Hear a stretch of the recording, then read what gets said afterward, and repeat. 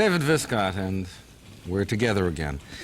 I don't know what it is, but times seem to affect the way people feel. And it's often difficult to tell what it is you're feeling. And when things are going crazy around you, it sometimes makes it easy for you to blame the world than to look within. I think if you understand the following, you'll get a better idea of what I'm saying. If you didn't watch television, listen to the radio, or read the newspaper, your life probably would be much smoother. You wouldn't think there's anything going on. Most people didn't even realize it was an earthquake a few days ago. In other words, what you see in the press and what you see around you dictates what you think is going on. Most of the time, it's all going on inside of us, and that's what I'm here to help you do, to find out what you're really feeling inside. John, how are we doing tonight? Very good. We have a lot of people waiting to talk to you, though, David. Who? Including Monique. She's a 14-year-old on your line 11. She thinks she's pregnant and has a question for you. Monique? Yes. Hi. Hi. How are you? Fine. What's going on? Well, I think I'm pregnant. You think? Yeah. Well, the first thing you got to find out is if you are. How late are you? About a month? Okay. Have you ever been late before? No. Have you ever thought of picking up one of those tests in the drugstore? I think. Yeah, I did. And what did it say? Well, one said positive and one was negative. So if it's positive, you've got a good idea that you're pregnant. Right. Okay, so well, obviously you've got a problem. What do you want to do? Well, first of all, I need to find an explanation to tell my boyfriend. And then, I don't know how much... What do you mean you need an explanation to tell your boyfriend? Doesn't he know how you got that way? Well, yeah, but it's hard for me to tell him. Why? Because, it's just hard to tell him. Yeah, but did he think you were on birth control? Did he think I was? Yeah. No. So then he knew that there was a risk, right? Right. And what are you afraid will happen if you tell him? That he'll just leave me. Okay, that's the fear everybody has. It's not that he'll leave you, it's that he'll run away from the responsibility. Isn't that what you're afraid of? Yes. Okay, so if he'll run away from the responsibility, it means what to you? That I have nobody to help me out. Okay. Did you ever think this could happen? No. And why not? Because, I just never thought it would happen to me. Because things like that never happen to you, right? Right? You're special, right? No. But that's what everyone thinks. Everyone thinks that they're safe from AIDS, they're safe from getting pregnant. The main thing is you've got to find out if you are pregnant. I take the test one more time. And the other thing I would do is I would tell him.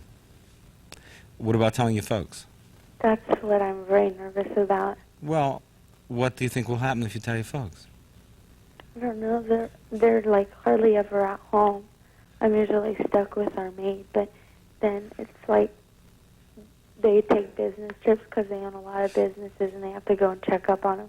Okay, but so why, they would probably feel that they had some role in that because they weren't around to supervise you, right? Yeah, but I don't think they'll understand. What do you mean they won't understand? What's to understand? Well, that I did this, they never knew that I would. I'm just like they're good little girls who never would do this kind of thing. Well, then that has to be corrected. I mean, you're just a person who experimented, right? Right. All right. So what are you going to do with that? I mean, I would tell them. And if you don't tell them, I would speak to someone at Planned Parenthood. Do you know about Planned Parenthood? No. Okay. Planned Parenthood is a resource for you. If you get into trouble, there's someone to talk to there. It's all confidential. And they'll give you information, and they'll tell you what your choices are. What do you want to do? Do you want to have the baby? No. Okay. So you're interested in having an abortion? Yes. Okay. So they'd be the people to tell you what your choices are. But my guess is that the person who's going to be best able to help you through this will probably be your own mother. I know you don't want to risk being rejected because that's where you are right now. But talking to your mother is going to be the best way. And short of that, I think talking to someone at Planned Parenthood. But what do you think your boyfriend's going to do? Well, he really cares about me, so I hope he'll stand by my side through the whole thing. And what does that mean?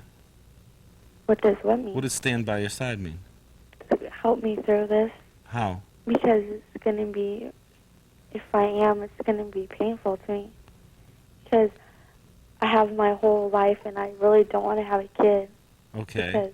Because I model and stuff like that, and I can't have a baby right now. Okay. So you have a lot of thinking to do, right? Yes. Okay. I would tell him, go to Planned Parenthood, but I strongly recommend you telling your folks. I mean, you're acting in a grown-up way by getting pregnant. If you're going to follow through, you have to be open and act in a grown-up way with your parents. Sometimes you get forced in positions where you have to grow, where you have to bring something into the open.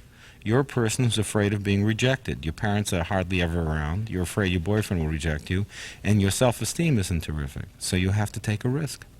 But you cannot hold it in and do nothing, okay? Uh-huh. Does this help? Sort of. Sort of. What would help the most?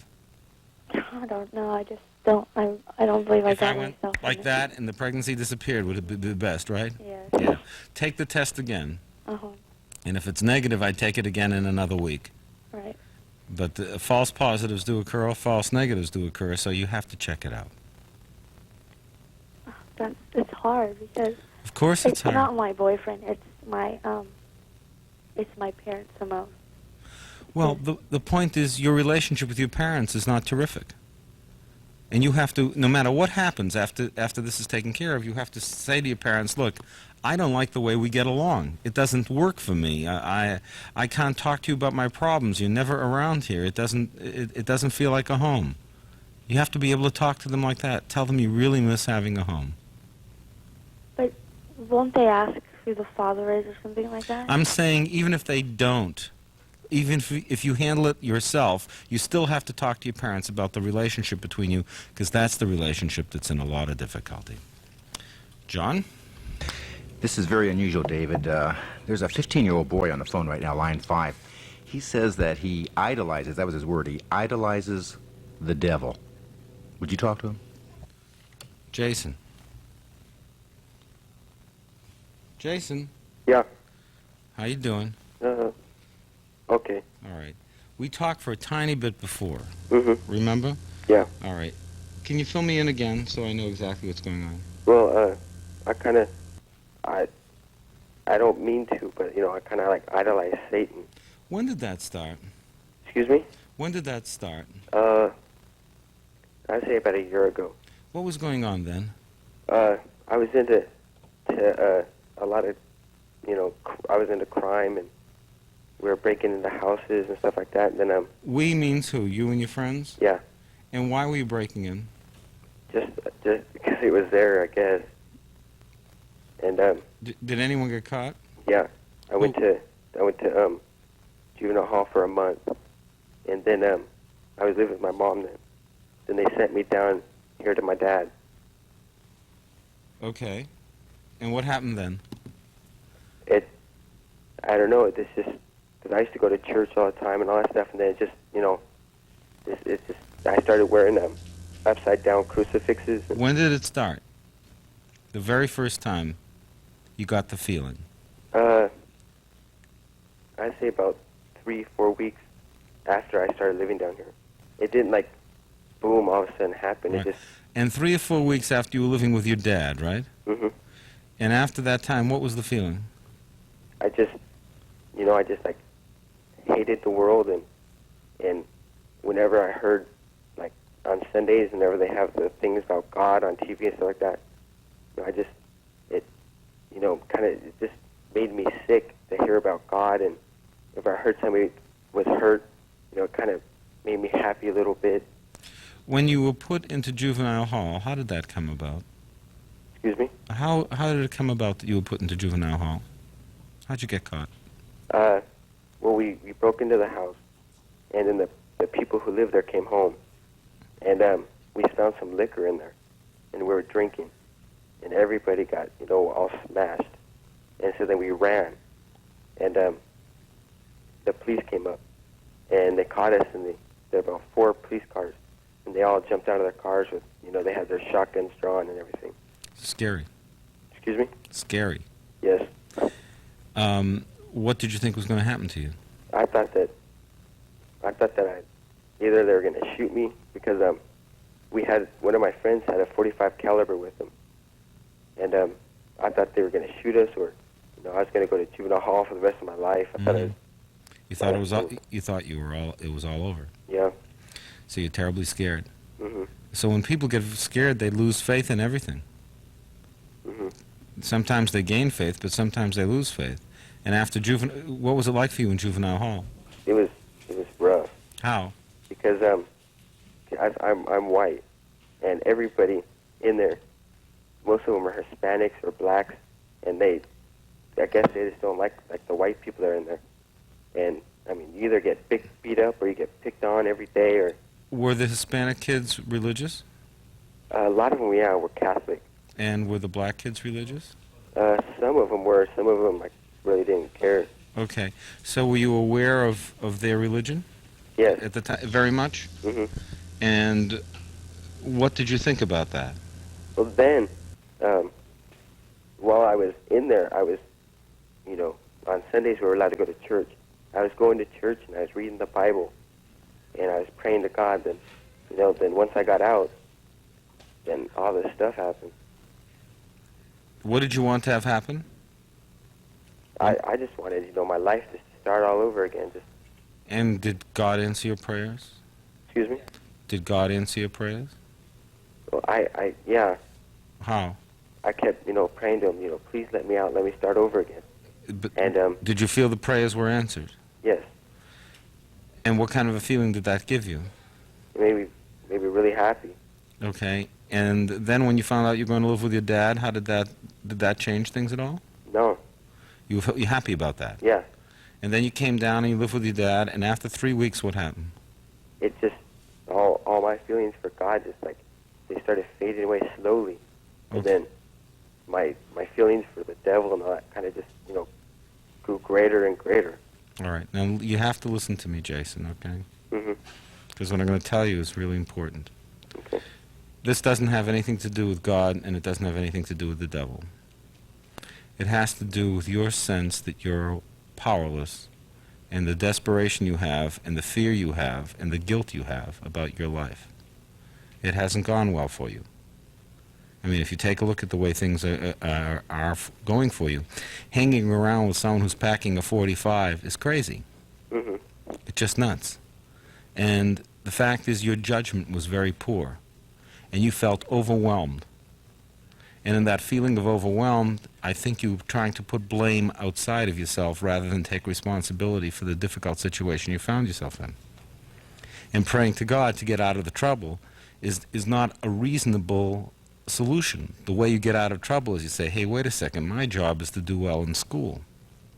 My job is to find out what I'm supposed to be doing. My job is to study. But I have the feeling that you wanted to be rescued so much that you got dismayed that you weren't rescued by God. You're the one to rescue yourself. Have you talked to your dad about this? No. It's time, because you really need some counseling, pal. Because what's happening is your whole belief system is starting to slip. And if you really are sincere about wanting to make your life work and make things go right, then you have to find out what's happening to your feelings. As I said when we started the show, when things are busy all around you and are acting crazy, it's very easy to blame the outside world. But the reason you got into all of this was because you didn't believe in yourself.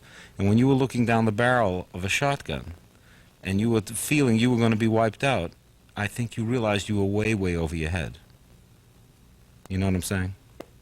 And I think you're over your head right now, and after you got out, after you got back in your dad's place, things started to calm down, and you started to say to yourself, what's wrong with me? What did I do? And the attraction to Satan is the attraction to someone who has power, or something that has power that you can blame for your activity. You're the one to blame. You got to tell your dad you need some help.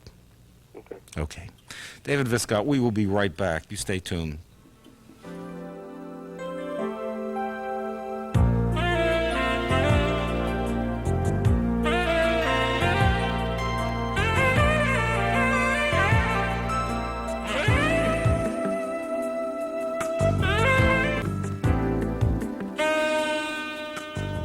David Viscott. We're back. John, who do we have? You have a fellow named Tom. He's on your line 7. He's 30 years old. Very strange problem, which he'll tell you. Tom. Yes? Hi. Hi. I'm 30 and I've had a problem since I was about 18 or 20. What's that? Well, I've often felt that listening to the radio or even recorded tapes or watching TV live or recorded, that when I would be thinking of something, that it'd be like the people were reading my mind and talking back to me personally. And a lot of times I think it was something supernatural, like, you know, God in those people talking to me about things which they necessarily didn't know they were saying, but I felt was talking to me. And then sometimes I felt like it was, you know, like just commonplace, you know, like it happened to everybody. And I'm starting to wonder if there's really something wrong with me. Tom, are you looking at television? Yeah. Now I'm talking to you, Tom, right? Mm-hmm. Now you know I'm talking to you, right? Mm-hmm. Does it feel this way when Kelly Lang is talking? When who? Kelly Lang, a newscaster. Well, sometimes I feel personal things from some people. Does it feel as personal as what I'm saying to you right now?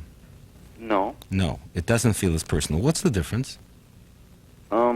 Well, you're consciously aware that you're talking to me. I'm talking to you, Tom. Uh-huh. Hi, Tom. Hi. How are you? Hi. And I'm talking to you. You called in and said you had a problem, that you thought people on television were talking about you, right? Well, it feels Doesn't like... it not, does it feel like this? No. No, it feels different than this. Uh-huh. I want you to get the difference in this feeling, because the difference in this feeling is the difference between imagining and perceiving. Uh-huh. Did you hear me talking to you just now, Tom? Yeah. That's like talking to you, right? How do they read my mind, though? Am I reading your mind? No. I'm not reading your mind, and I'm actually talking to you. Uh-huh. Do you see the difference? Kind of. I feel like I'm far away from something that I should know, but... Wait a second. This is reality. You're talking to me right now live, right? Uh-huh. You know I'm talking to you. You look at your watch. What time is it? I don't have a watch with me. Okay, but you know it's Saturday night, right? Yeah. And you know this is live, and you know I'm talking to you. Uh-huh. Now, the way I'm talking to you, right? Looking at you, waiting to make sure you get it. Uh-huh. I am listening for your response, right? Mm-hmm. That's talking to you, all right? Now, try this one out. Give me another camera. You know when you're feeling sad about things. You know sometimes when you think the world's talking about you. What do you do then? Tom? That was a different thing, wasn't it? Uh-huh. What was the difference between those two things? I don't know.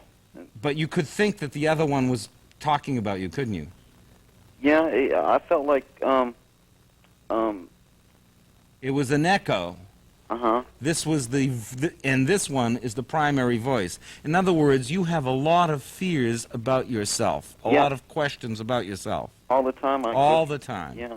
So you're going to hear answers to those questions, and you're going to personalize the world. Uh-huh.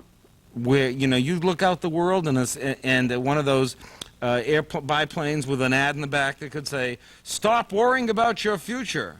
And you could go, "Oh my God, that's for me." And you wouldn't see the next one that says, "Open a CD account at such and such bank," is the one behind it, and you wouldn't have even seen it. Yeah, that kind of sort of describes, like, what I go through a lot.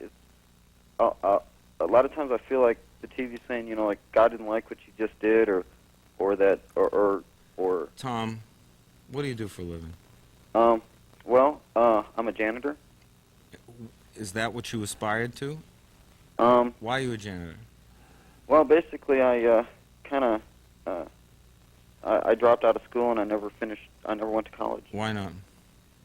Well, I started getting into books on ESP and things, and that's kind of when these problems started. I started believing that there were spirits talking to me. And the problem is, Tom, can I tell you what the problem is? I'm going to say this from the bottom of my heart and as sweetly as I can. Okay? Okay. The problem is no one's interested in you. What have you got to say? that anyone wants to pay attention to you? Why should anyone tune in on your thoughts? I mean, what are you going to talk about? What secret do you know that anyone would want to even get involved with you? Yeah, they've got their own lives to live. Why would God pick on you who hasn't ever lifted a finger against the fly?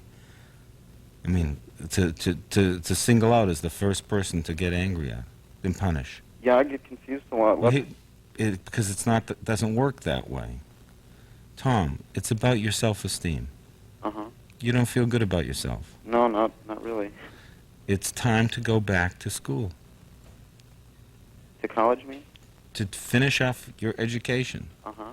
And to realize that the reason you think people are tuning in on you is that you don't feel you're important, and so you have a need to believe that everyone else thinks you're important. And that's what this is about. Uh-huh. What did you want to do in life? Well, I used to want to be a biochemist when I was younger, Mm-hmm. and an inventor or an engineer. I like scientific things.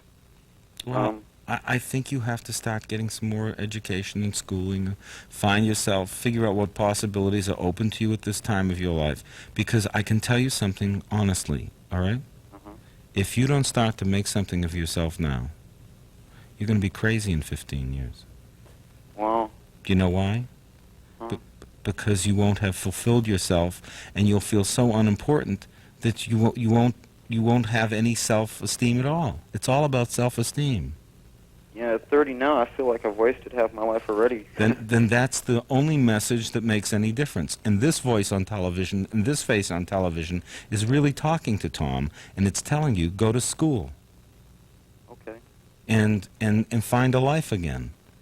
And just remember, all of these other comments that you hear or think you hear, when you personalize, when you hear that, say to yourself, this is because I don't feel good about myself. I've got to study. I've got to get to work. Okay. You know what? Mhm. I think you can do it. Thanks. All right? Okay. So there is a difference when I'm talking to you than the voices on television, right? Yeah, I feel that I should just realize that, like you said, it's because I don't feel good. And if I start looking and feeling good about myself, I'll look differently at these voices. And just remember what it was like talking to me. Uh-huh. If you ever need a fix again, to call in to make sure you know the difference between me talking to you and the voice talking about something that you're not feeling right about, folks. Am I talking to someone who's an unhappy person sitting out there in television land who doubts himself? You know the difference, right? I'm certain. I can see that. All right. Hold on to it. Okay. Okay? Thanks a lot. I'm glad you called, Tom. Thank you. Take care. Bye-bye. Bye-bye. Let's see. Oh, that was fascinating. It is fascinating. Gee. Because, and what a wonderful opportunity to do that, because there's no other way this thing could ever have been tested. I love this. Go ahead. Oh, boy. Line 6 is a young lady named Sue. She's 24 years old. She should be happy, David. She just got engaged, but she's not. Sue, Yes. Hi. Dr. Viscott. how are you? Okay. The I guess. sigh told everything. Don't say okay after a sigh like that. What's going on? I'm engaged to. Well, I'm 24, and I'm engaged to a 35-year-old. I've known him for 7 years, but he's always loved me from day one. He's always loved me and always been pushing me for marriage. I mean, he asked me to marry him when I was 18, and he's kind of like a puppy dog. I hate to use that term, but he follows me everywhere. I can't. Do you respect him? No. Why are you engaged to him? That's a hard question to answer. I'm giving you the question. If you don't respect him, why are you engaged to him? I mean, you just put him down. You see him as someone who's desperate and urgently wanting to control you. It's just I care about him, and I don't want to hurt him. Well, fine, but you don't have to sacrifice your life to make sure that he's not hurt, right? But I broke up with him once. And he got terrible. He called me Every day, every hour, right? Yeah. Okay. Told me he hadn't eaten, told me he hadn't slept. Right. But did that make you love him or feel sorry for him? I feel sorry for him. Then that's not a reason for going ahead. He's 35. He still lives with Mom. Has never left Mom. He's still a virgin. Never had a girlfriend. Still a virgin? Yeah. You've known him for 7 years? Yeah. And he's still a virgin? I don't fool around. Why that change of voice? I don't know. What is that change of voice? Talk to me. I'm scared of men. And And you, I'm you're with a comfortable- 35-year-old guy who finds that okay, and he's going bananas when you break up with him, and you've never been intimate with him? Do you Because kiss on I the... don't love him in that way. Then don't get engaged to him. But I tried to explain my feelings to him. You don't need to explain them after a point. You know you don't feel that way about him. End of situation. Do you want to have a man you loved in that way? No. You don't want to have a man you love in that way. Ever? You don't want to be yeah, married? I do. All I do. right. Then you know that doesn't happen after you get married unless the feeling is there beforehand. But he's saying that we can just do it But he's to wrong. make it more comfortable, and that's what I told him. Then you know all you need to know about the situation. Say this is enough. But see, I think a lot of it has to do with my past. What's wrong with your past? I was adopted, and my adoptive parents, from the age of 5, it was my 5th birthday, I was raped by my father, my adoptive father. Have you ever worked on that as a developmental issue with someone like a counselor or a therapist? I tried. What does that mean? I just didn't feel comfortable with it. How long did you try? I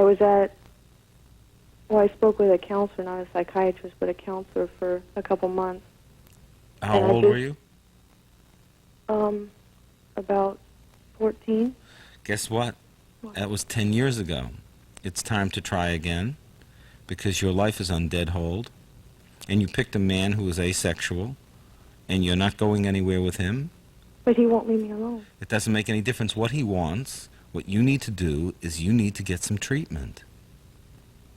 Come on, this is your life you're playing craps with. You say you don't fool around, but you don't not fool around either. You're hanging on to a 35-year-old guy who you have on the hook and you can't dump him for anything and you don't want to be with him and you're engaged. What does that say? It says you're out of control. I am out of control. Get into therapy. Come on, let's go.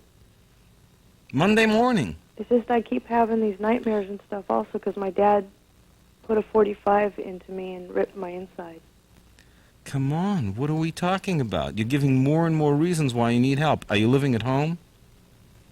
What? No, I live with a friend and my son. And your son? How old is your son? 4 years old. The thing with my father went on for 8 years, actually. It was both my parents because my mom enjoyed Wait a every second. minute of Who's it. the father of the child? I was raped when I was in the service. I was stationed in Germany, and I was standing at a bus stop, and I got raped. And I also got pregnant. Sue, your life needs some straightening out, and you're avoiding it. You call up over the least important issue in your life, an engagement to a 35-year-old puppy dog you don't respect. When you're really plagued by nightmares, a dysfunctional family to beat the band, and feelings of self-worth that are just about as low as they get, right? But I'm always the strong one. I'm always there for other people. No, you're not. You can't ever be there for other people if you're not there for yourself. You're there for your boyfriend?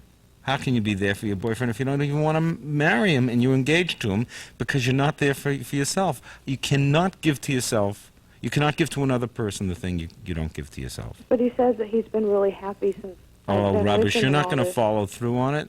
You're going to be one of the most unhappy married ladies in the world with him because you won't feel sexual towards him because your sexual feelings are tied up in a knot from your earlier rapes.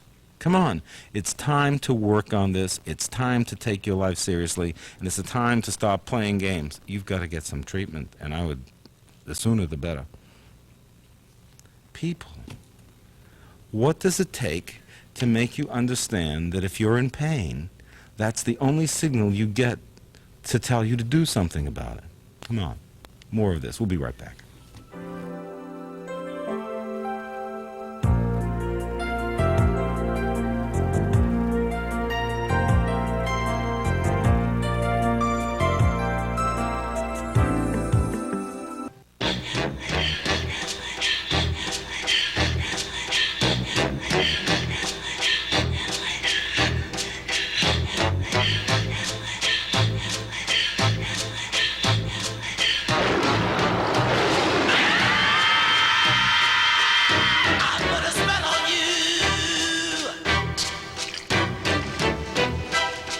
Perrier, Earth's first soft drink.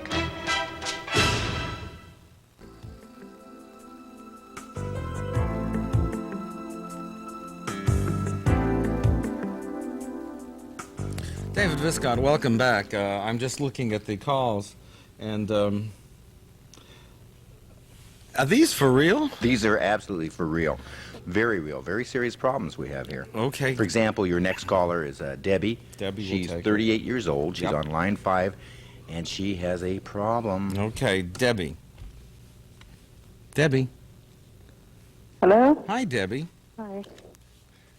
Don't hide. We're here. Hello. I'm nervous. What's going on? Gosh, I'm embarrassed. You're embarrassed? Yeah. I masturbate, Okay. and I really don't like it, especially after, and then I get real scared because sometimes I do things, and I know it's dangerous to me, and I don't know. I want to stop. Okay, you do Am I crazy? You do things that are dangerous to you? Yes. What do you do? Oh, God, I knew you'd ask that. I just use, say, objects and things.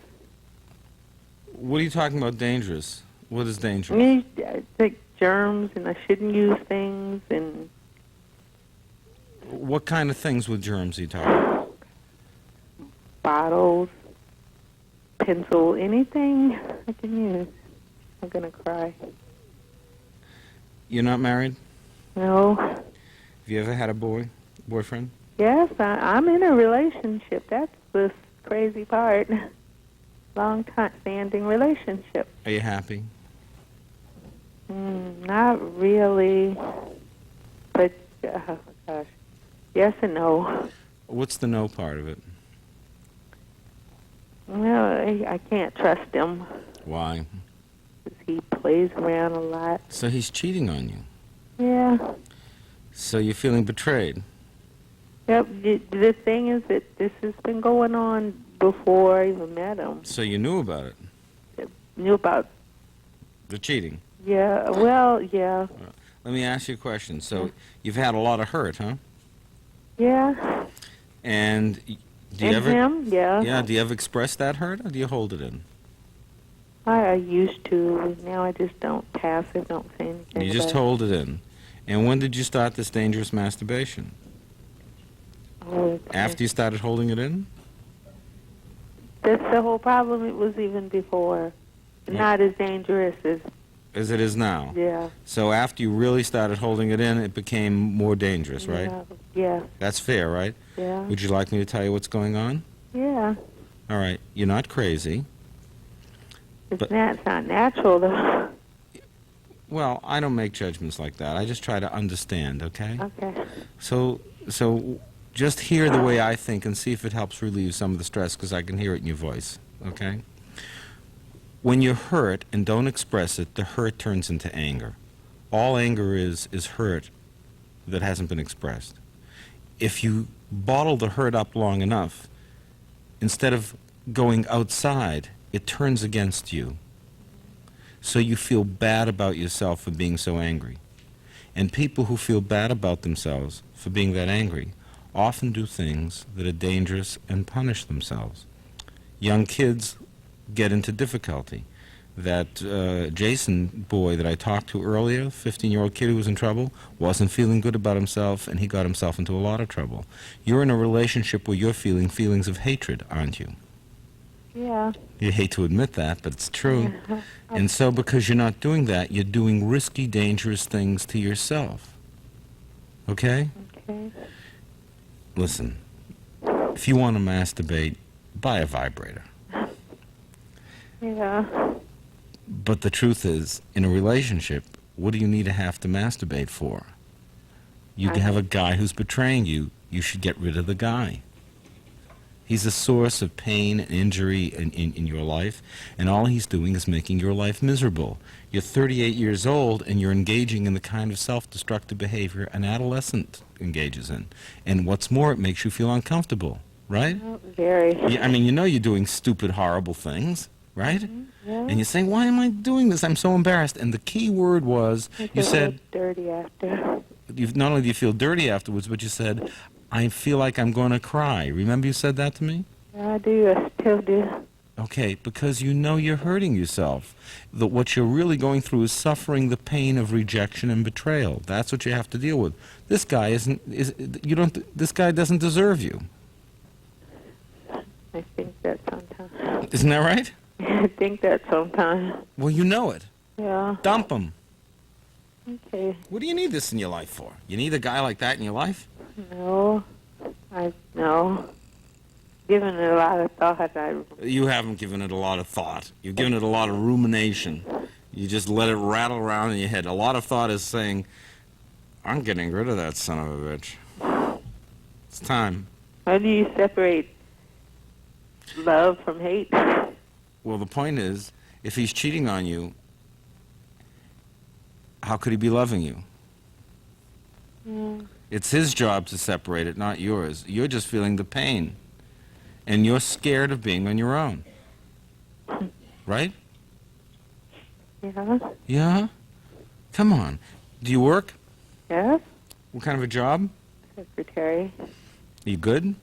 Yes. Well, come on. Pull it together. Get yourself together. This is what it's about. It's about saying, wait a second. It's come to this. I'm sitting around masturbating using unsanitary things. I'm doing terrible things to myself because this jerk is betraying me and cheating around with other women. Do I need this in my life? Do we need this in our lives? Do we?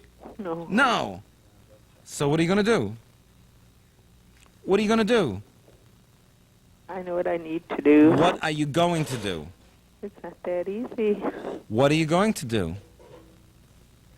Trying and get him out of my life. I'm going to try. First of all, you got to tell him that you really despise being treated the way he treats you. You've got to start with that. And you say, I try that, but he doesn't listen. then get rid of him. Come on, you deserve better than that. Do you know what you deserve actually in life? Mm-hmm. You deserve whatever you accept. Think about it. I think you deserve better than that, and I wouldn't accept it. Come on, time to go. Thank you. Dump the guy. Thank you. Okay. David Viscott, someone you need a dump maybe? Want to call? A little help on that? I'll help you. Just call.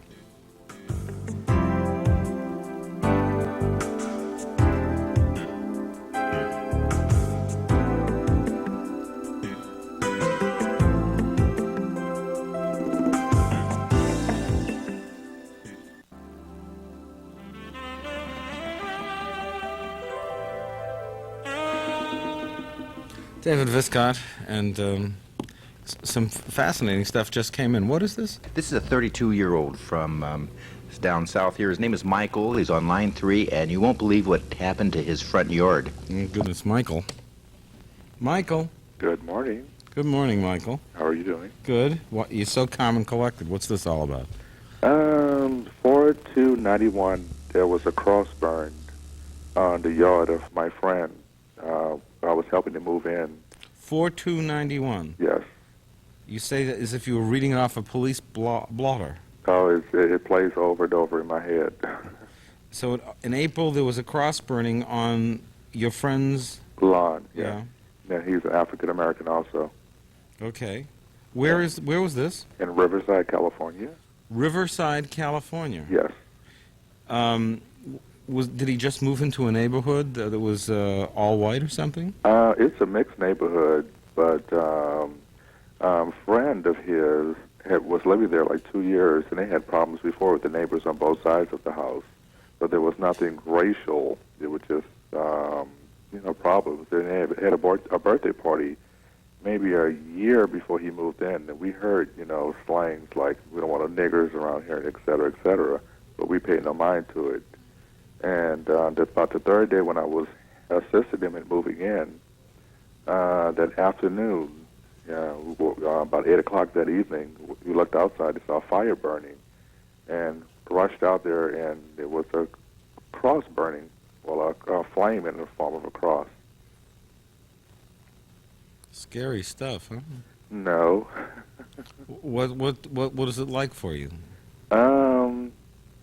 I looked, and I knew immediately to seek out help. Help and meaning? Law enforcement. Mm-hmm. And law enforcement wasn't very helpful. What do you mean? Well, it's the Riverside Sheriff's Department that came to the scene about 35 minutes later after the flame had burned out. But the fire department did respond about, say, 7 minutes after we called. Okay. Do you have any idea who did this? Yes, it's in the police report. There have been witnesses to it, as far as who poured the gasoline and who started the fire.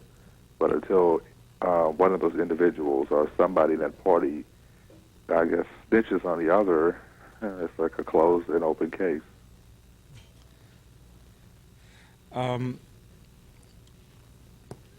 Besides the obvious racial overtones, is there any other ingredients in this that we don't know about? No, none that I would say. Just pure hatred, I would say. Not Pure one. racial hatred. It has nothing to do with your friend in particular? By him being black, you mean? I mean, it had nothing to do with... Would any black person in that house at that time have suffered that same incident? Oh, yes. Because in the initial police report, there were comments made to another black family that moved approximately half a block away. And, it was like, why are these niggers moving in the neighborhood, was the comments being made. What is the community's feeling about this? Under siege, because I think everybody in this little court has had problems with these two households. The house, one is to the right and one is to the left. How many black families are there in the neighborhood? The immediate neighborhood, I would say 2 or 3. And what would you say the attitude of the neighborhood in general is? Fear. They're afraid of the individuals. If they speak out, if someone saw anything, they would not speak. All right, they're afraid, but what is their attitude towards black people, do you think, the average person? Oh, very receptive. Okay. And out there, a lot of people outraged. There was a gentleman who had oxygen.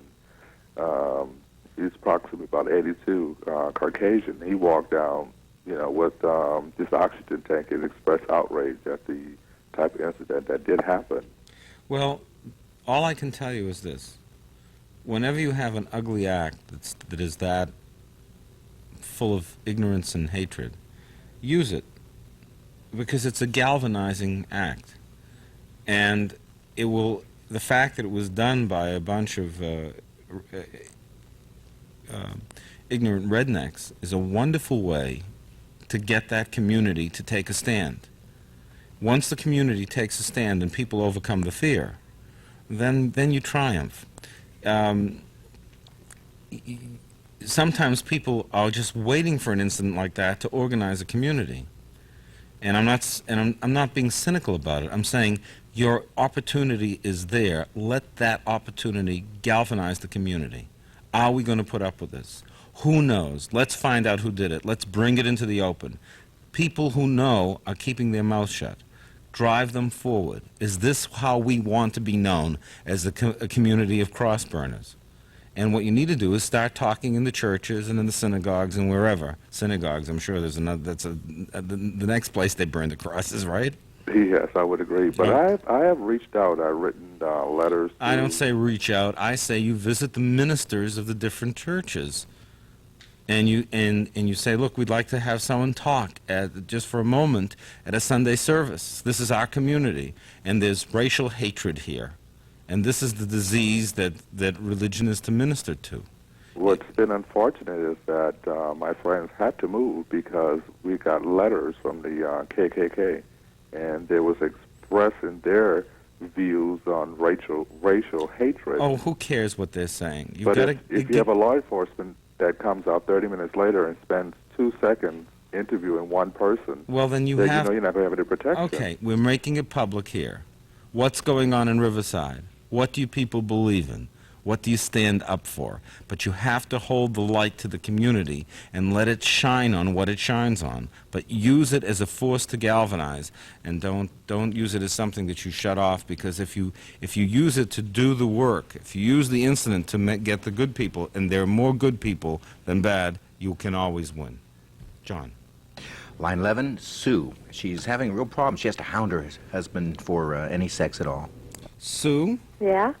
Hi. What's going on? Well, I was kind of looking for some advice. Okay. I've tried just about anything I can think of, and I'm probably at the end of my rope. What do you mean? Well, you know how you watch some of the talk shows and they all say, well, you know, maybe you need a little excitement or a little adventure in your sex life, so you dress up in cute little outfits or meet him at the door and make a very suggestive dinner and that type of thing. A suggestive dinner? Well, you know, wine, candlelight, nice dinner. That's called romantic. Well, yeah. Suggestive is when you carve the food into sexual Well, organs. no, I didn't go that far, Okay. but I wasn't exactly clad in clothes that was other than that idea. What did I miss? Well, I mean, you know, sexy lingerie, that type of thing. And that's how you met him at the door? Yeah. And what was his response? Kind of rolled his eyes and sighed and sat and ate dinner and told me he was tired and he wasn't feeling too great and went to bed. How long has this been going on? How long have you been married?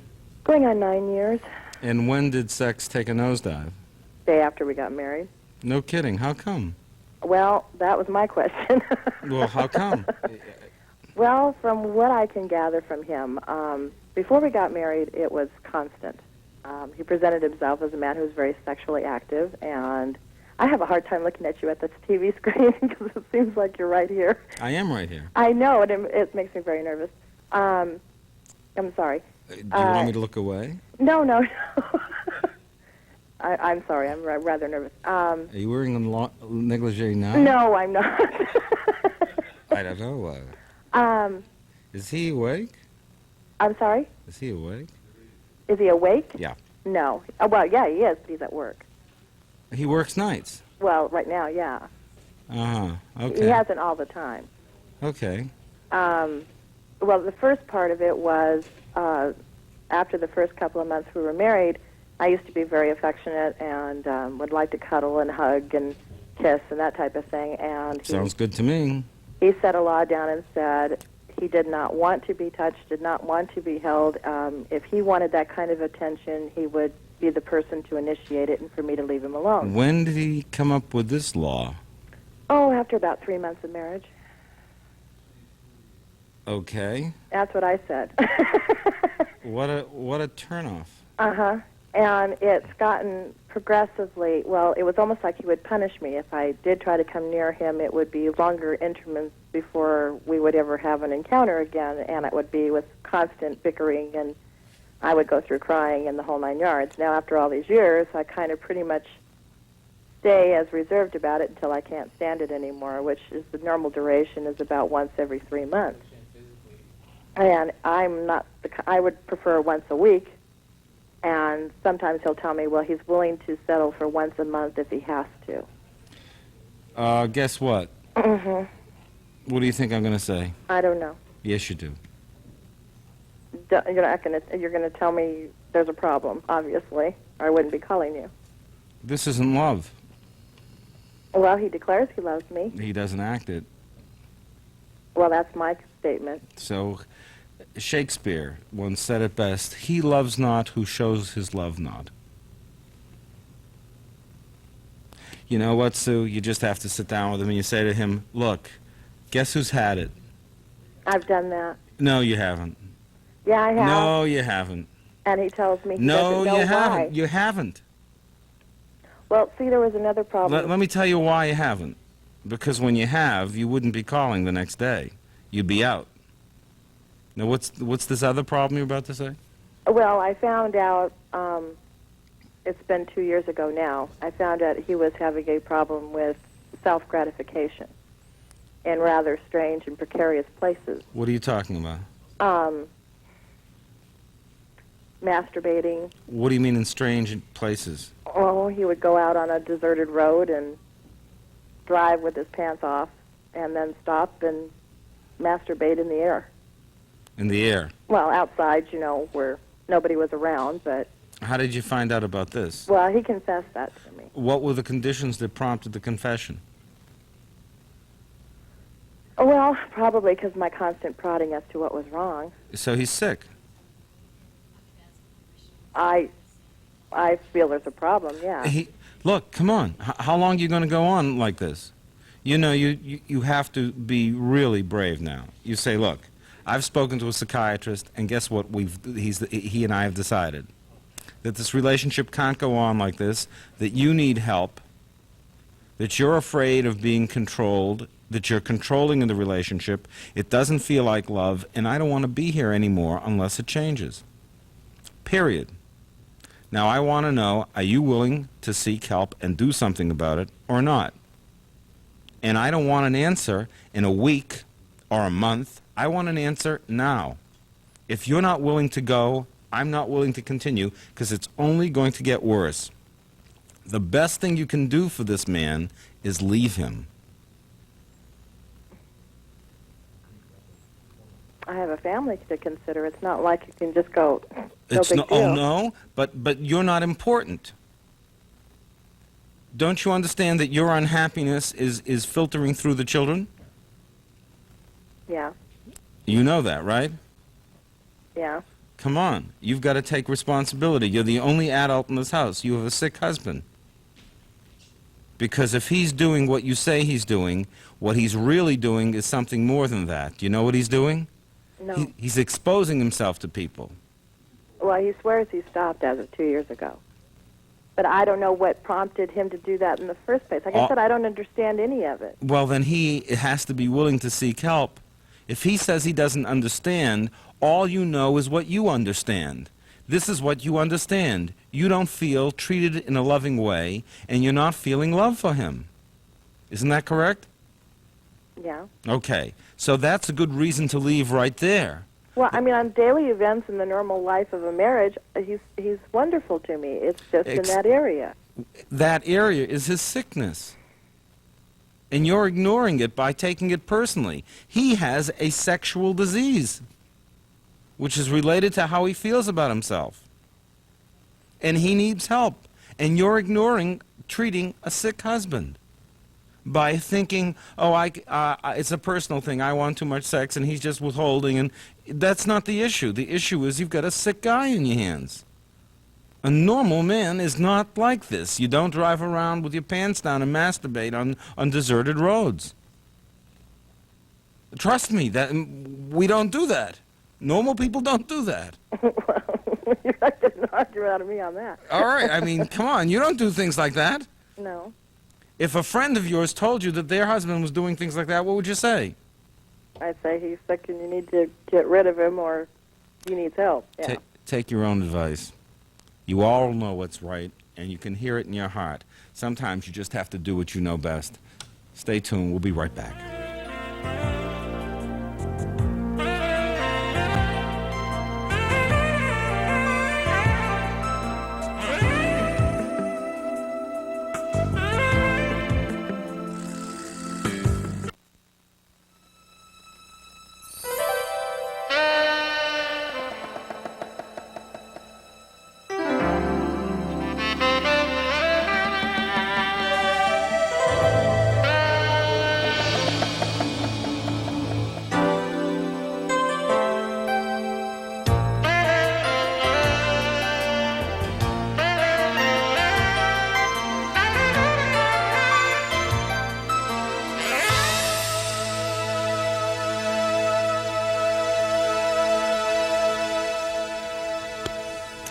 Never know what's on the other end of that line.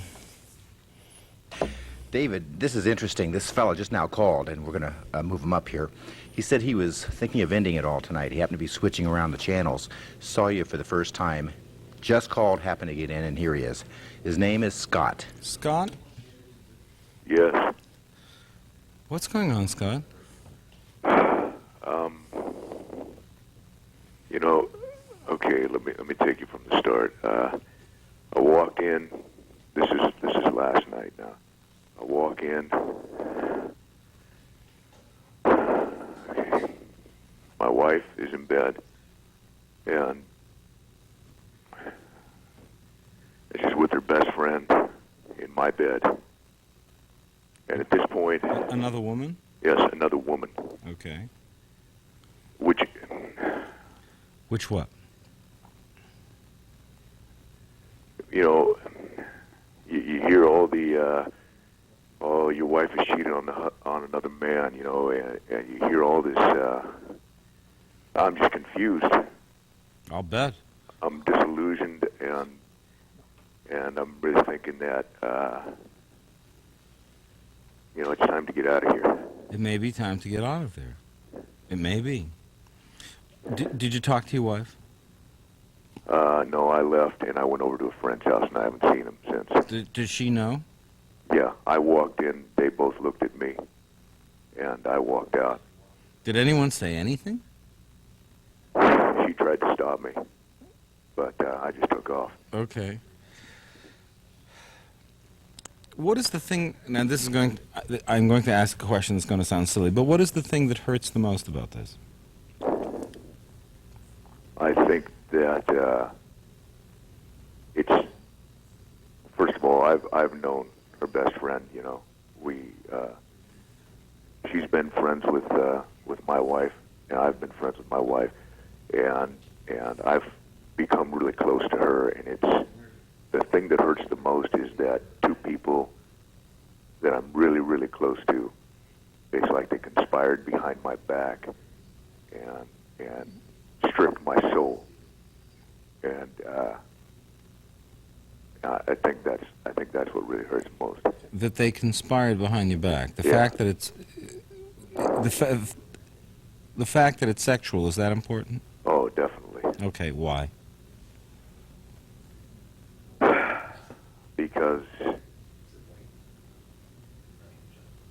I'm very old-fashioned, and I was under the impression, I know that it was a white wedding, number one, and You mean she was a virgin? yes, and I held out with her through our whole courtship.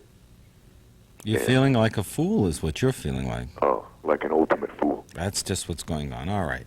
I felt that was what's really was going on. Okay? Let's stay with this for a minute. Okay. Okay? I feel very small right now. Okay. Then, see, what we have to get you to is a realization that's really important.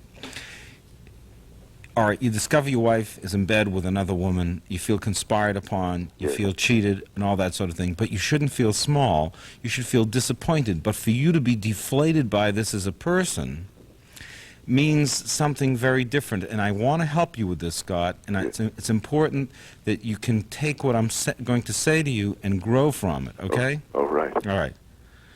Your standards are your standards. Right. And the way you were thinking about things, about what the world was like, about how you would view things, may have been a bit too rigid, a bit too controlling, a bit too perfectionistic.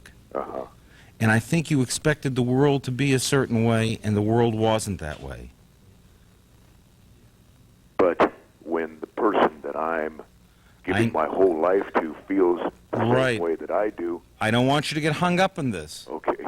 You're still you, but you're measuring your worth by the way your wife acted. Do you understand that? I'm trying to. You cannot measure your worth by what someone else does. People do that all the time. You're a controlling man. I can just feel it. Yes. And every controlling person is nothing more than a dependent person who's learned how to make a living.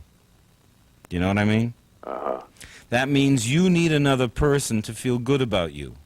You need another person to feel complete. And what you do is you, in your life, have put together your life with a person you A white wedding. Listen to the concept. I haven't heard that. And 35,000 people I've spoken to the year, I've never heard the term a white wedding. You mean a pure thing. It was the thing you wanted. Exactly. All right. Your standards, very rigid, very high. I'm not saying they're not ethical or moral. I'm just saying you're living so much by the standards that some part of your humanness was taken out of the equation. Do you know what I'm saying? I'm trying to grasp what you're getting. What I'm saying is, I can't tell whether you are more in love with the principle of a pure marriage or your wife. No. All right. If that's true, if you really are in love with your wife, Oh, yes. then you've got to talk to her. Because she's a different person than the person you thought she was. Okay. She's still the same person she has always been. But you have to talk to her. But you're telling me that what I've been getting for the last 10 years is a bunch of lies? She's been lying to you. Well, I can't. I mean, I can talk, but you understand that I'm... Well, first of all, I'm sitting here with a bottle of Jack Daniels completely naked. What does that mean? What am I supposed to make of that? Tell me what I'm supposed to make I of don't know what to do with myself here. All right. Put the bottle down. You're going to get some sleep. And tomorrow I want you to call her. I want you to call her. It's time to call her. You want to find out what's going on. If you stay with her, it's one thing. If you leave her, it's another thing. But you have to do it communicating what you feel, how you've been hurt. You've got to let it out. And you've got to tell her you've been hurt. Don't come from anger. Listen to me, Scott. Listen to me. Are you listening? I'm listening. Don't come from anger and self-righteousness. We know you're right. We know you've been betrayed. We know that. And she knows you know that. So don't come from that place. The place I want you to come from is, I'm feeling so hurt and betrayed. I'm just beside myself with pain. Come from the pain. Do you understand what I'm saying? I understand what you're saying. And talk to her about that. You get angry, and you blow your moral edge, okay? It sounds like I've blown it already, though. No, you haven't. But you're about to. And then I want to talk to the two of you maybe next week. Can I take you through another incident that maybe I shouldn't go back into this? Last week I was in the shower, and this is what got my brain thinking. Is something wrong here? Something sexually disoriented here. What was wrong? I was in the shower, and we were staying at her mother's house, and her mom obviously, I thought, didn't know that I was in the shower. Her mother now comes into the shower, pulls the curtain back. I'm standing there stark naked, and she doesn't walk away. Not only does she not walk away, she touches my scrotum. Her mother? Yes. Okay. You got a lot of strange things going there. A lot of strange things. All right. But it has to start with you talking to your wife, and you have to come from the hurt, not from the anger. David Viscott, we'll be right back.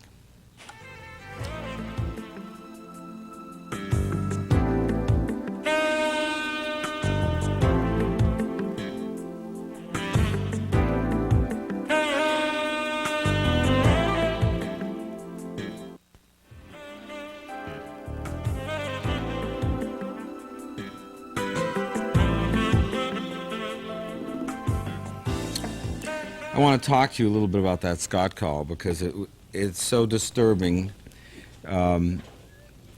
because it involves a clash in reality. When your perception of the way things should be and the way things are that you discover cause you to refuse to test and accept the new reality, that's when you get into more trouble in your life than anything you can feel about. The problem Scott was getting into was that he was getting so outraged with the difference in the way the world was and the world he expected that he didn't know how to find himself and started to get lost between the wrinkles of reality. What is happening is what is happening. You have to adjust to it. That was a tough, painful call. Whew, I felt it in here. Yeah, I mean, it's... By the way, have you noticed how many men we've had tonight? It's very unusual to have so many men calling in. Yeah, and it's interesting how the show gets older. The people get old. Someone should do a sociological study of this thing. It's really... You'll have a book on it. I'm sure I won't. Go ahead. Line 10 is a 23-year-old named Robert, and he just found out 4 days ago that their baby isn't his. Robert? Yeah, how you doing this morning? How are you? Speak up, Robert, please. Oh, hello, is Ah, that okay? What is this about, Robert? Okay, here's the situation. 4 days ago, well, this happened, she told me about about a year and a half she was raped at a college party her and a friend went to. She said she just told me 4 days ago that she was raped. Ironically, she had a baby, and you know, I'm thinking that the baby is mine, and I'm loving this baby as it's my own. Until I realized that the characteristics, and something was wrong, you know, and the baby's skin was a bit lighter than what I anticipated. I felt something was really wrong, you know, as far as the face and the features went. We went to a specialist, and that determined whether or not the kid was mine. And sure enough, the kid wasn't mine. And I'm kind of distraught in a sense because I'm wondering why didn't she... That's the key point, isn't it? Yeah, that is the key point. And the answer is obvious, isn't it? No, it's not. Not well, really. I'll give you the most obvious answer and see if it... She didn't want to tell you because she didn't want to lose you. Yeah. Period, right? Now that's a poorly grounded reason. Very poorly. I know, because the answer is that she ends up lying to you, and then you are angry with her for lying. You could have dealt with it if you knew she'd been raped. Yeah, exactly. Okay. So now you're wondering, is this woman capable of being trusted? No, she isn't. Well, that's... No. I mean, I asked the question that you were asking, and you already came up to the conclusion. Right. Okay, so what do you want to do? But I'm wondering... Wait, so what do you want to do? You came up to a conclusive answer. If she cannot be trusted, how can you love her? Well, I was hoping that maybe you could have maybe helped me out on that one. I don't need a lover. How do that? How does no, that? wait a second. How can you? It's not my problem. It's your problem. You don't trust her. Can you love her? Oh, I still love her. I think love is going to always be there, but... No, you're not being honest. Yeah, I'm being totally honest. No, you you're know, not. I love her. Hey, you're not. Come on, Robert. Hey. You don't trust her. I do trust her. Now I love her, but I don't trust her. No. Okay. And then so that's what is it? So what it is. All I want to know is the answer to the simple question: what is it you say you love when you say you love her? Well, I love her. I love the way she acts. Oh, you love the facade. You love the way she looks. You love the way partially. she moves. No. What do you love about her? I like her personality. I love her personality. Okay. She has a nice sense of humor. But you don't trust her. Not anymore, no. So that's the problem. So what do you love? I mean, you wouldn't be calling me if trust weren't so important. Isn't that right? Right. Okay. How important on the on the scale of things is the love the trust that you have for the person you love? Well, the trust that you are supposed to have for someone should be great. I mean, it should be as high as the love. That's right. In fact, it is the limiting factor in the love. Yeah, it is.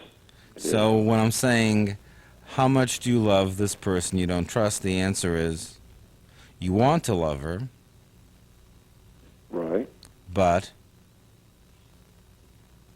she's betrayed me, and so you I find can't. it hard. Thank you. That's it. Right. And that's where it's stuck. And now the relationship has a problem. How can I trust you now that you've lied to me? And that's the question you put before her over and over again. And if the question doesn't resolve, the relationship ends. Well, how should this... You say, I don't trust you, I can't love you unless I trust you, sweetheart. Okay, yeah, but now that's a different thing here. I want to know something about this baby situation now. Okay. You now don't believe that she was raped? Oh, definitely. Well, then where are you going? I'm wondering, am I the bad guy for treating this, for my feelings being switched and converted? Oh, you feel manipulated. Yeah, and now I'm giving this and nurturing this kid with all the love in the world. And now you're feeling like rejecting the kid because you're feeling bad about your feelings of love. I couldn't have said it any better. Yeah. Come on, you got to sit down with me and say, look, your lying and your fear of telling me the truth has shut off all my feelings of love. And I have felt nothing but love for this kid, but I knew something was wrong, and what was wrong was the way you presented the story. And I find myself shutting off love for a child I could love. That hurts more than anything else. You know, what we're really angry with people about most is when we feel they have made us stop loving them by being a certain way. Isn't that right? Yeah. Yeah. Come on, bring it down to that and start talking about real issues with her. Right. And let her know, I'm real hurt over this. I feel manipulated by you. And what's more, you let me go to this foolish doctor and spend $300 or $400 to find out that it wasn't my kid, and you could have said it's not your kid to begin with. I needed this. Yeah, that's true. What an embarrassing situation to sit there for you to find out the news you already knew. Did you have any doubt whatsoever that this was not my kid? In the beginning, I did. No, you're saying I'm talking to her in your stead. You say, did you have any doubt that this was not my kid? Why did you put me through this whole charade? Right, yeah. Do you recommend any type of counseling? Yeah, I think you could do well sitting down together and talking with someone, but you're going to have to hammer this out, because if you love her and you want to make it work, she's got to start telling the truth, and you stay on the line and we'll get some... David. Yes? Fuck you, Dave. Well, this is live, David. Well, that was live. I know. What do you say about that? Too bad, huh? The advice still works. I wonder if we could ever find out what's really bugging these guys. Yeah. Maybe he didn't want to hear the truth. I wish I had more skill to pick it up. There seems to be a lagging back quality that they have. They're on, yeah, but this and that, and it's on, and you catch. I caught him 3 or 4 times on, did he trust? Did he love? And he kept on switching. And I had a funny suspicion, but you think it's probably the person's denial that's doing it. That's doing it, and then all of a sudden it changes its complexion. Well, there you heard the swear word on the air again, folks. But we'll know more about that. We'll be right back.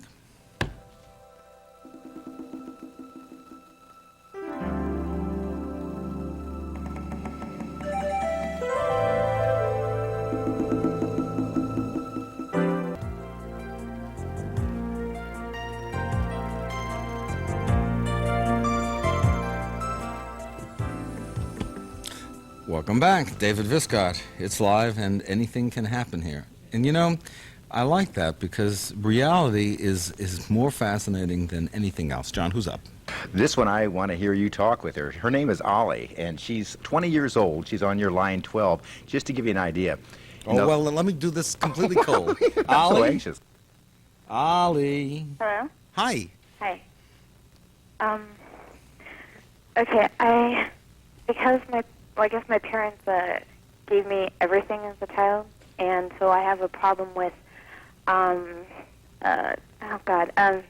like spending money. I spend it on anything.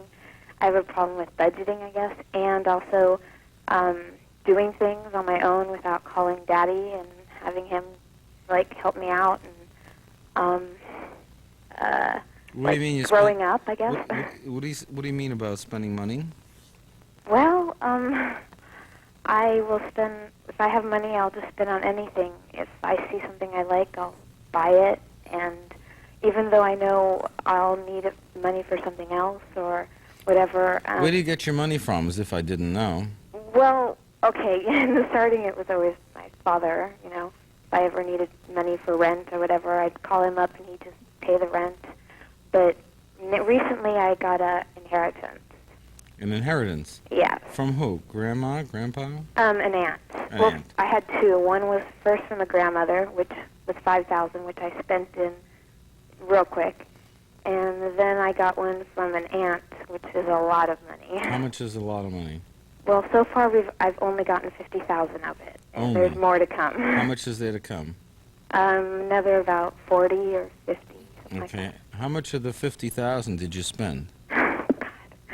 About 15,000. Okay, you're out of control. Right? Yeah. How long a period of time did it take? Less than 2 months. What sort of stuff did you buy? Just nothing. Just like clothes or little stuff. Or instead See, of cooking at if you home. said $15,000 and I bought a car, I'd say that's reasonable. But little nothing means that you just went bananas. Yeah. Okay.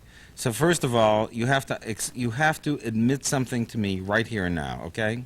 I'm addicted to shopping and money. No. You don't even need to go there yet. We're interested in much more practical matters. Okay? Okay. Okay. That money should not be easy to get to. I know. Okay? So, you've got $35,000 and $40,000, you've got $75,000, okay? What you want to do with that money is get it into some long-term certificates of deposit. Long-term. A year, anyhow. Yeah, my dad was saying a CD. No, for a year. There are 60 days, 90 days, I don't know what the lengths are, but a year is what you want to put it in. You take 5,000, what I would do is financial planning here, a late night, but what I would do is I would take the 75 and I'd split it up the following way. I'd put 50 in the longest CD, gilt-edged, most secure thing you can put. I'd put around 20 in a one-year CD. If you can get a longer CD than 1 year, put the rest in it. And the 5,000 I would put in either 60 or 90 CDs. You know, if you go through $5,000 in a year off of that, well, that's $100 a week, so what? But you have to protect yourself from yourself. Okay. All right? Now the problem. So why are you doing this? How did you get along with the aunt? Oh, I hardly knew her. Okay. What did the money mean to you? Money? Money? What do you mean? I mean, what was the impact of having all this money? I loved it. You loved it? Did it scare you a little? No, it excited me. And what did you feel like doing with it? Spending it. I love money. It's hard to really explain, but I just love money, and I just love to have it, so I want to spend it because, well, see, I've never really, growing up, my parents, whatever I wanted, I always got. And so now I have all this money, and also the problem is my dad, you know, when I got this money, he kept saying that he wanted me to give it to him and for him to put it in a CD and for him to take over it whenever I needed money. He'd just pay the rent, and that was how it would go. And and so he wanted to take... I see what you're doing. And I know what you're going to say. What am I going to say? You're going to say this, I'm spending this and I'm doing this because I don't want him to control me. I don't want him to... No, I'm not saying that at all. I'm saying I think you're trying to get rid of it all, so he still has to take care of you. It's being cared for by your father that you like. I don't... Well, okay. Surprise answer for you, huh? Well, I can understand... I understand that part, You're but stuttering, my child. But no, see, it's not really that because I don't want him to take care of me. I want to be on my own. I understand, but you're afraid of that. Yeah, because every time I try to do something on my own, they keep saying, well, I'll do this for you, and you should let me take care part of of you wants to be on your own, and part of you is afraid of being on your own. Yeah, I guess that's it. So it's the fear that's keeping you dependent. Could be. That's what this is about. You're out of control. And the thing that makes you out of control is the fear. You're panicking. What if you had $1 million, okay? Mm-hmm. And the $1 million was in trust funds and you were going to get a certain amount of money from the $1 million and you never needed your father to pay the rent again, and you never needed your mother to find out what it was you needed to be shopped for, you'd be independent and alone. How would that make you feel? Okay, I got it. Tell I me. never really have much conversation with them because I'm an adult now. And I'm afraid of growing up. Yes, I know that. That's my problem is I've never really groomed for being an adult on my own, and I haven't been able to take responsibility for it. That's what it's about. So that's my problem is Your how problem do is I now become an adult? That's the problem. It has nothing to do with money or shopping. Okay, yes. That's all we have to go. So stop saying you have a shopping problem and say the truth. The truth that you say is to name the feeling. And the feeling you have to name is, I'm afraid of being on my own, and I'm afraid of being out of contact with my family. Okay, so how... Wait, don't go to a so. Okay. Stay with that. Okay. Do you see how hard it is to talk to her? I mean, do you see how hard it is to talk to her? She's very, very difficult. You know, you are very difficult. You know that. I know I am. Okay. Come on. So what are we going to do? I don't know. You're afraid of growing up, right? Yes. You're 20 years old. Yeah. You're not so old. No? You're supposed to be afraid. Okay. All right. What you need to do is budget your money, get it so you cannot destroy it and blow it, and just gradually understand that you're having some trouble separating from your parents. Most 20-year-old people do. Didn't you? I did. Do you feel more normal? Huh? You feel more normal? But yeah. Okay, start acting more normal. It's okay to be afraid. It's okay to want to have your parents take care of you. You're just a kid at heart. David Viscott, we'll be right back.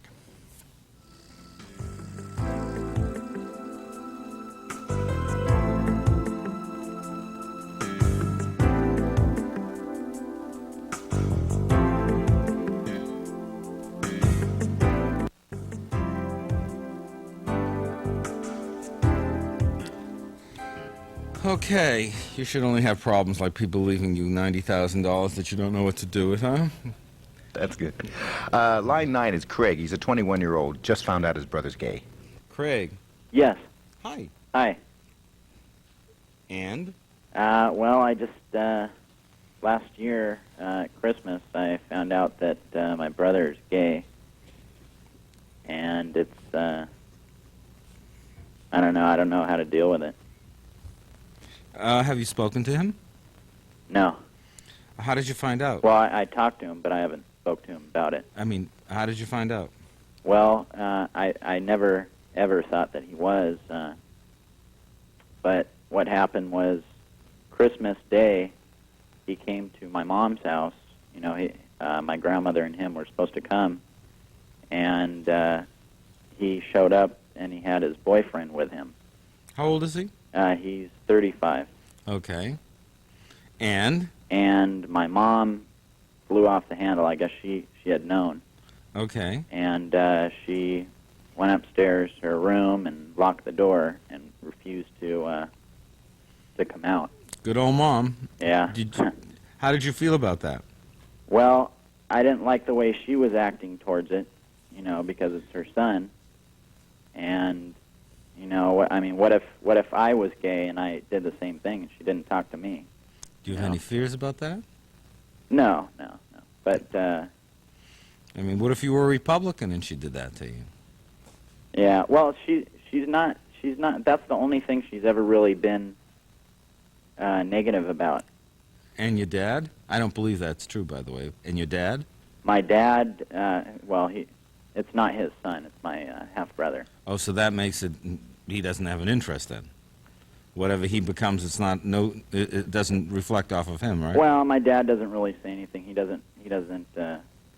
You know, he likes my brother, so. So everything's okay, right? Between my dad and him, yeah. Yeah. And between your brother and you? Well, everything's fine. He's, you know, I've always looked up to him. And when I found out, you know, that he was gay, he never really even told me. I was actually the last person to know in the family. Yeah. And I just, you know, I didn't know how to act towards him or after that, or I really felt uncomfortable, like if, you know, we'd go out and his boyfriend was there with him, and it was just, I felt really uncomfortable. Uncomfortable how? Well, I didn't know, how to act. I didn't, the kinds of things that his boyfriend was talking about kind of made me sick. He'd make these really rude jokes, gay jokes that I didn't care to hear. I have nothing against his lifestyle. Okay, did you find any of the jokes funny? No. A little? No, he's really vulgar. It was. Well, I know. Do you ever tell a vulgar joke? Yeah. Okay. But not. I mean, if someone else doesn't, if I don't think someone else is gonna like it, I'm not gonna tell my grandmother a vulgar joke. I understand, but did you indicate that you thought it was vulgar? Yes. And what did he say? He just laughed it off. My brother told him, he said, "Don't say that." You're sensitive, huh? To that, yeah. Why? Well, probably because my mom had always, if there was ever anything said about gays, she always, she didn't like it. So your brother's been gay for a long time, I would guess, wouldn't you? Well, I talked to my mom about it, and she said that she knew that he confronted her when he was in college. When he was probably, what, 18? Uh-huh. So that's 17 years ago. Uh-huh. And she's hated it. Yeah. So ever since you were born, she's had a bad attitude about gays, right? Uh-huh. That would make it since you were 4. Right. So that your mother's attitude has influenced the way you've always felt about your brother. He's your brother. Yeah. Look, does he live near you? He lives in Laguna. No, he doesn't. All right. Why don't you get him on the phone? Tomorrow's a good day. But I've thought about talking. I can't. I thought about it. You're talking to me. He's probably watching. Well, I hope he is. It's a better way of me getting across. I don't know. Okay, everybody in Laguna, wake up everybody else in Laguna, and let's see if we can get to Craig's brother. Well, see, because my cousin and I went, he invited me to some party he had for Memorial Day at his house in Palm Springs. And he said, if I wanted to come, fine. And I've only told 2 of my best friends about him. And are you ashamed of him? I'm not ashamed of him at all. It's his lifestyle. See, I don't think he is gay. I really don't think he's gay.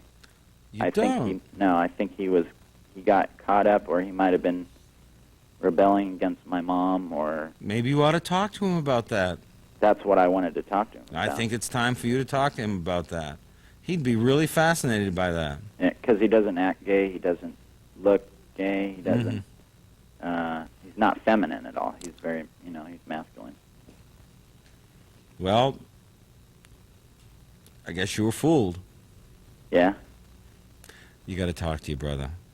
You love him, and that's the most important thing. And if you love the guy, he deserves the opportunity to set things straight with you. At least you should know what's in his heart. He's still someone you can look up to, and he is your brother, and your mother's attitude is the thing that I think caused more problems here than anything else. John, come on. Okay, we can do that. Okay, hold on right there. David, she wants to change her name. Let's call this one Denise. Does she she's know on that she's... line 10. Has to do with intense phone sex. Denise. Hi, Dr. Viscott. Okay, hi. Hi. I don't usually get to see you on TV since I work a night shift. That's an interesting voice for someone who's into phone sex. No, I'm not. That's the whole thing. What are you in? Well, then what? Go ahead. Well, 5 years ago, my husband passed away, 4.5, and then about 1.5 years after my husband passed away, I got involved in a relationship. It was the first relationship I ever had. My husband passed away from cancer and was quite ill the last couple of years of his life. And the relationship I was involved with was with a doctor. It was very intense. Intense? Very intense. It was, I had said to him, no strings attached. However, he was 57 years old. He had never been married. And I was, to him, at that time, the woman he wanted to marry. I didn't have any children. I was educated. And we got into a very intense relationship. However, I was not healed from my husband's death. Uh-huh. And I could not be all the things he wanted me to be. I just, I was taking some antidepressants, which were prescribed by a physician. And I just couldn't be all the things he wanted me to be. Therefore, we broke up. However, we kept in touch over the last couple of years. I have initiated the contact. Maybe every couple of months I've called him. How are you doing? About November of last year, I went to Florida. And before I went, we had, I don't know how it even happened, intense phone sex. And I have never done that before in my life. What do you mean precisely? I mean intense phone sex. What does that mean? You masturbate over the phone? Well, we made love over the phone. Okay. And it was okay because of my feelings for him.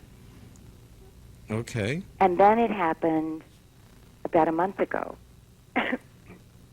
But when I proceed with saying to him, we have to see each other, we either have to finish this up or see if we have a relationship together, his comment is, we'll see. We'll see. All right. And I don't know what to do with it, honestly. Well, you're smiling on the TV. Well, I'm smiling because I'm trying to make sure you don't get a wrong number when you call and lose your phone. But the whole thing has to do with, it's a sad thing that's really behind this. And the thing that touches me is, this is still about your husband. Yes. Okay? And the intensity of the relationship had to do with your reinvestment prematurely of your energy into this man.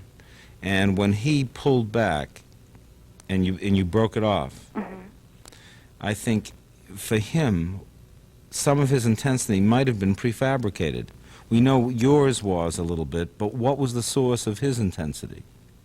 And if his intensity came from misinterpreting your intensity, then he may have been very, very hurt, wanted the intensity but didn't want the relationship. So now you have two relationships to heal. The first one, someone you loved and lost, and the second, someone who was operating under a distortion, that the intensity that you invested was for him. So he feels cheated because he was picking up part that was invested in him by your love for your husband. So you're still sorting that. When that sorts out, I think you'll be able to make the investment again. But right now, the phone sex is fascinating because what it really represents is that you giggle. Because, if someone else tells me these kind of things, I would say, well, that's fine and well for you. I mean, for me to have ever gone through this is quite humorous to me. I mean, well, in retrospect, I look at it and I say, you're still young at heart. Did right? in fact that really happen? Okay, come on, Denise. It's to your credit, not to your disadvantage. It shows that you're a creature of passion. Yes. Not bad, right? Not bad. Not bad. Passion is very good. Passion's great, and you're 46. Right? Right. Okay, so there's tread on the tire. A little. Still a little. Yes. Okay. I hope so. I know it. Well, you're fine, but you have to pay the emotional debt to the past, and that involves mourning. And I think you may be ready to move through. The intensity is the intensity is far more disturbing to me than the phone sex, because the phone sex was full of frivolity. Mm-hmm. I think that's great. Yes, it was. Especially if he's calling from a phone booth and is running out of quarters, it's quite an interesting image, you know. I mean, and it was for an hour. So I said, "Hey, did this really in fact happen?" And it did. And I thought, someone else may say, "Oh, this is awful." I thought it was interesting. It is interesting. Interesting, because I guess because I was married young and I never really engaged in that kind of passion. Just don't have a phone sex message on your answering machine. I have a voicemail, but my home phone, no one has that. Okay, because we wouldn't want you to become telegraphically promiscuous. No, in fact, when I look at those 900 numbers, I say, oh, my God, if anyone knew. If anyone knew, indeed. Listen, finish up the business that you have to finish up. I think you're ready to move on right now. Okay. Okay. Thank you. Take care, Denise. Bye-bye. Bye-bye. There's still tire on the tread. Tread on the tire. That's what I said. I didn't say tire on the tread. You said that. That was so funny. No, well, it's true. You know, I think people get dismayed when they find out that they're still capable of doing lighthearted, frivolous things. But that's always a good sign. It means that you're free and, you know, it's terrific. Talking about reaching out and touching someone. Well, hey, Ray is next. You had to say that, right? Yeah. Ray is having lingering feelings of guilt. Ray? Yes, hi. Good morning. Good morning, Ray. Okay, See, you know, Ray's, you can tell in a minute, Ray's not going to swear at me or hang up on me, right? You can tell. No, I won't. I know. Won't. Actually, you can tell a legitimate call in a second. Yeah. See, go ahead. Yeah, well, actually, I kept this secret for many years, and tonight I feel so comfortable that I can, you know, share it with you. Why do you feel you can share it tonight? Well, actually, I watched a lot of talk show, and I listened to a lot of talk show on radio about, you know, this kind of problems that people have. But tonight, I'm in a very certain mood. Okay. So then, and I felt that you are very sincere, the way that you talk to people and try to help people. And this is a compliment for you, and this is from my bottom of, you know, my heart. That's why I'm telling. I'm touched by that. What's going on? So, and as you can hear me and people, your audience, I'm quite excited. But I'm going to go ahead and, to save time, while I was waiting on the line, I wrap it up and I can, you know, tell a long story in a short way. Then we can get to some result. Say it right out. Okay. The bottom line is, I cannot forgive myself. Why? What happened some 12 years ago, I had an affair with one of my close friends' mother. How old was she? She was quite old. I mean, like, she was like my mother's age. How old was she? You were 26. Well, I don't know exactly, but she was like about maybe 50 years old. Okay. How did that happen? Well, as you can see by my accent, I'm not from here. I'm from Middle East. And exactly, to be more, you know, exact, I'm Persian. This happened during, a year or so after the revolution, the so-called revolution we had in Iran, okay? Mm-hmm. At that time, alcohol was banned in Iran.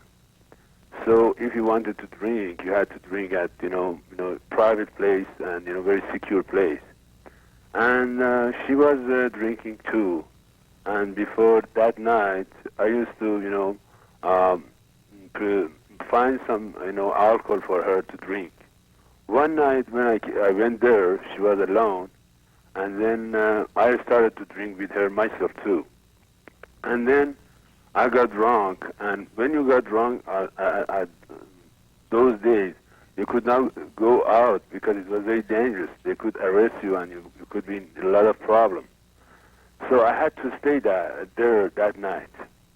And this happened that night, actually.